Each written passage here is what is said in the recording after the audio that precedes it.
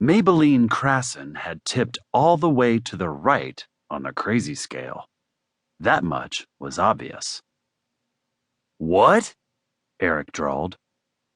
"I said," Mabe began in a no-nonsense tone, "you, Eric Crasson, are going to clean up your act, stop drinking and smoking and carousing, and get Trick Stubbin to marry up with you.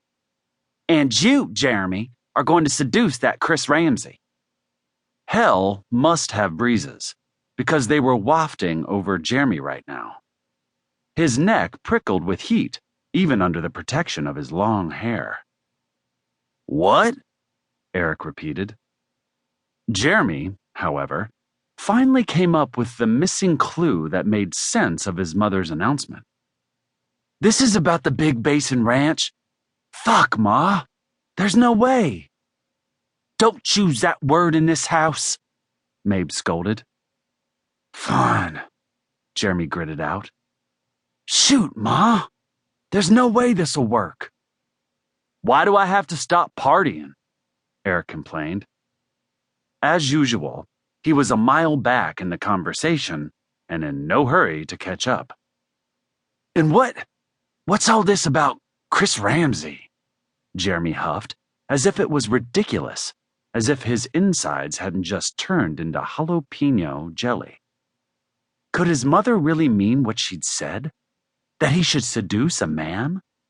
If so, he needed to find a big sticker that said "irony" on it and stick it on his forehead for the day. Mabe didn't answer right away, but her expression was downright smug. Whatever this plot of hers was, it wasn't a flash in the pan, and that made Jeremy very nervous. "I suppose I might as well spell it out for you.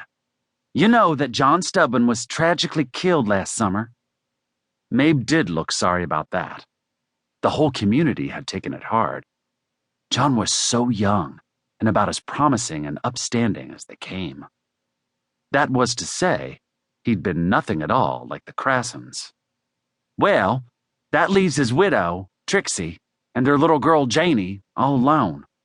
Now, I have it from a good source that Billy Stubbin is planning to leave the Big Basin to Trix and Janie. He thinks that's what John would have wanted." "Makes sense," Jeremy shrugged. "But that's Stubbin business, not ours." "Nonsense! Trixie Stubbin will remarry. She's surely young and pretty enough, so why shouldn't she marry Eric? No reason on God's green earth, that's why." Jeremy looked at his older brother, Eric. He could think of a dozen reasons why it would never work. Trix had been 3 years ahead of Jeremy in school, but from what he knew of her, she was smart and down to earth, a hard worker and responsible. She was a good girl, and from a respected ranching family, too. Hell, she'd been homecoming queen. Jeremy loved his brother, but he also knew any woman with a lick of sense would stay far, far away from Eric Crasson. "Ma, Trick Stubbin is way out of Eric's league," Jeremy explained patiently. "No offense, Eric." Eric sat up from his typical slouch. "Jer's right, Ma. There's no way a woman like that's gonna go for a guy like me. All I've got's my looks, and Trix ain't like that. Besides, I have a girlfriend already." Mabe waved her hand dismissively. "All women are like that. Now you listen up, Eric Crasson. You have the looks to charm a snake out of its skin, and it's about time you used what God gave you to get somewheres in life. You won't be so handsome forever.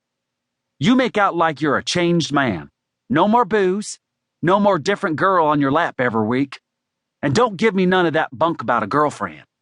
That Darla, or whatever her name is, won't last longer than a sneeze. No more'n any of your women have." "But Ma," Eric tried. "Shush. You get a job. Hang around town all clean and sober. You do that and act sweet to Trick Stubbin, and she'll fall like a rotten tree kicked by a mule." Eric pursed his lips doubtfully. "Love, I'm not asking you to keep it up forever." Mabe softened her tone and patted Eric's hand. "Just pretend for a few months. To keep listening to this audiobook, I've left you a link in the description so you can do it, at no cost thanks to Audible's 30-day free trial.